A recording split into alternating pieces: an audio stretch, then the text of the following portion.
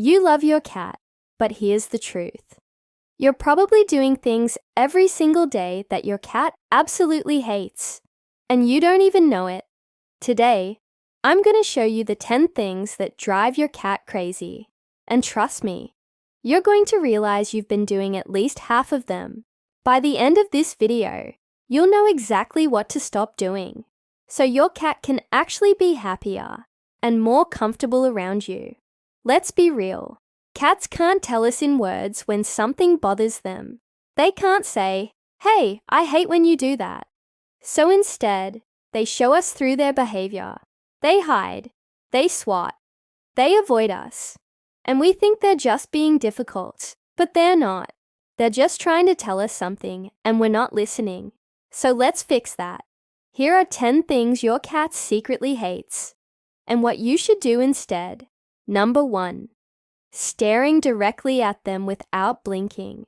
I know. Your cat is adorable, and you just want to look at them.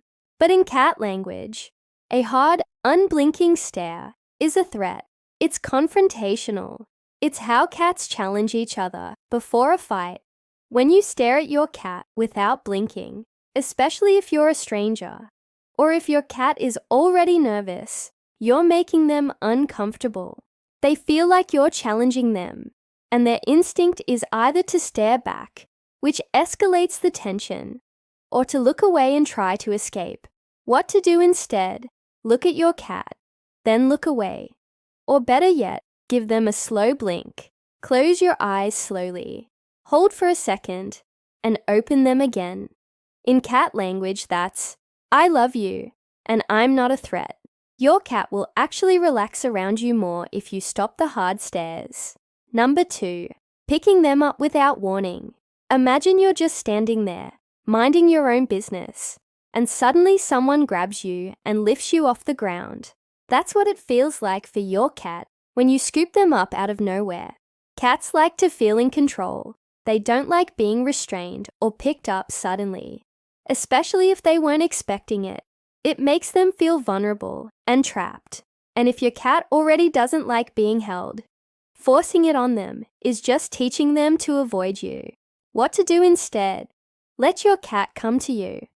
If you do need to pick them up, crouch down to their level first. Let them see you. Maybe give them a little scratch under the chin. Then, if they seem relaxed, you can gently pick them up, making sure to support their back legs. And if they squirm or look uncomfortable, put them down immediately. Respect their boundaries. Number 3. Petting their belly. I know, the belly is so soft and fluffy and tempting, but for most cats, the belly is a no-go zone. When a cat shows you their belly, they're showing trust. They're saying, "I feel safe enough to be vulnerable around you." But that doesn't mean they want you to touch it. The belly is one of the most sensitive areas on a cat's body. It's where all their vital organs are. In the wild, exposing the belly is dangerous. So even though your cat trusts you enough to show it, their instinct is still to protect it. When you touch their belly, they often go into defensive mode. That's why you get the bunny kicks and the bites. What to do instead? Stick to the safe zones. The cheeks, under the chin, the top of the head, behind the ears. These are areas where cats have scent glands, and they actually enjoy being rubbed there. Save the belly admiration for looking, not touching, unless your cat is one of the rare ones who genuinely loves belly rubs, in which case, you won the cat lottery. Number 4. Using harsh or loud voices around them. Cats have incredibly sensitive hearing. They can hear frequencies way higher than we can. So when you yell, or even just raise your voice, it's overwhelming for them. It's not just loud. It's physically uncomfortable. And here's the thing. Yelling at your cat doesn't teach them anything. Cats don't understand punishment the way dogs do. When you yell at a cat for doing something wrong, they don't think, "Oh, I shouldn't do that." They think, "This person is scary and unpredictable," and then they avoid you. What to do instead? Use a calm, gentle voice. If your cat is doing something you don't want them to do, redirect them. Distract them with a toy. Move them to a different area. But don't yell. It just damages your relationship and stresses them out. Number 5. Forcing interaction when they want space. Cats are not dogs. They don't always want attention. Sometimes they want to be left alone. And when you ignore their signals and keep petting them, keep picking them up, keep bothering them, you're teaching them that you don't respect their boundaries. Cats will tell you when they've had enough. Their tail starts twitching.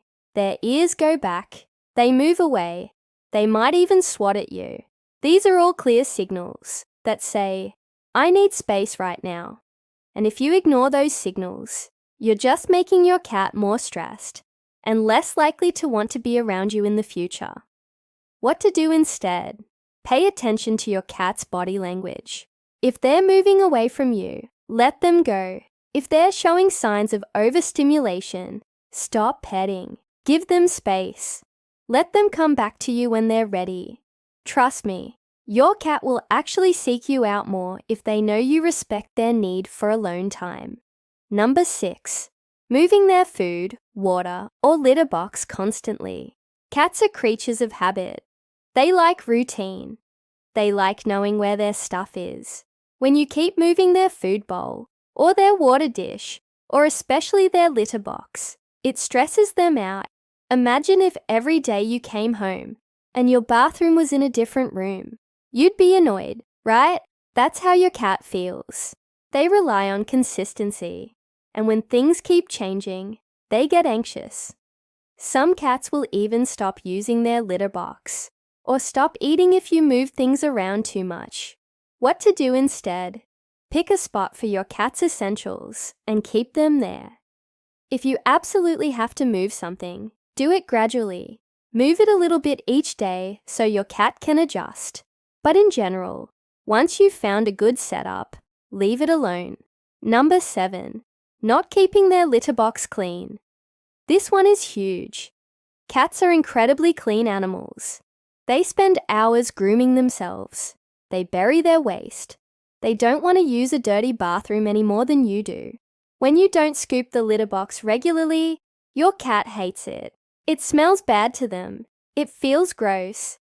And if it gets bad enough, they'll start avoiding it altogether. That's when you get litter box issues. And then everyone's unhappy. What to do instead? Scoop the litter box at least once a day. Twice if you have multiple cats. Do a full litter change and box cleaning once a week. Your cat will be so much happier, and you'll avoid behavior problems down the line. Number 8.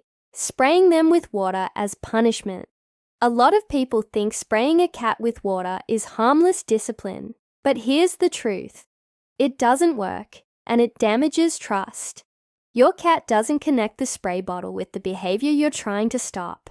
They just learn that you're unpredictable and sometimes attack them with water for no reason.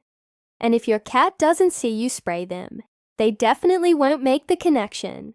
They'll just think water randomly attacks them sometimes, which is confusing and stressful. Plus, it can make your cat afraid of you. They'll start associating you with something unpleasant, and they'll avoid you. What to do instead? Redirect the behavior. If your cat is scratching furniture, give them a scratching post and make it more appealing. If they're jumping on counters, make the counters less appealing or provide alternative high spaces. Positive reinforcement and environmental changes work way better than punishment. Number 9. Touching their paws without desensitizing them first. Most cats hate having their paws touched. It's a sensitivity thing. Their paws are packed with nerve endings. And in the wild, having your paws restrained means you can't run or defend yourself. So when you grab your cat's paws, especially suddenly, they instinctively pull away or swat at you. This becomes a problem when you need to trim their nails or check their paws for injuries. If your cat hasn't been desensitized to paw touching, it becomes a wrestling match every time. What to do instead? Start slow. When your cat is relaxed and sleepy, Gently touch one paw for just a second. Then give them a treat. Do this over and over until they're comfortable with it. Gradually increase the time you touch their paws.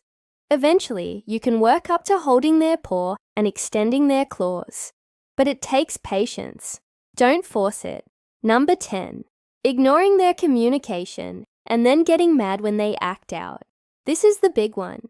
Your cat is constantly communicating with you through body language, vocalizations, and behavior. But if you're not paying attention, you miss all the signals. And then when your cat finally does something drastic, like biting you or knocking something over, or peeing outside the litter box, you get frustrated. But here's the thing. Your cat tried to tell you something was wrong. Maybe they were stressed. Maybe they were in pain. Maybe they were bored or overstimulated or scared. They gave you signs. You just didn't see them. And now the behavior has escalated to the point where you can't ignore it. What to do instead? Learn to read your cat. Watch their tail. Watch their ears. Listen to their vocalizations. Notice when their behavior changes. If your cat is suddenly acting different, there's a reason. Maybe they're sick. Maybe something in the environment changed. Maybe they need more playtime, or a cleaner litter box, or a quieter space. Figure out what they're trying to tell you, and address it before it becomes a bigger problem. Here's the bottom line. Your cat doesn't hate you, but they might hate some of the things you do. And the good news is, all of these things are fixable. Once you start paying attention to what your cat actually needs and respecting their boundaries, your relationship is going to get so much better. So here's what I want you to do. Go through this list and be honest with yourself. How many of these things are you doing? Drop a comment and tell me. Are you guilty of the belly rubs, the surprise pickups, the loud voice? I'm reading every comment, and I want to know which one surprised you the most. And if you want to keep learning how to make your cat happier, watch this video next, where I explain why your cat sleeps with you. The reasons are more interesting than you think. See you there.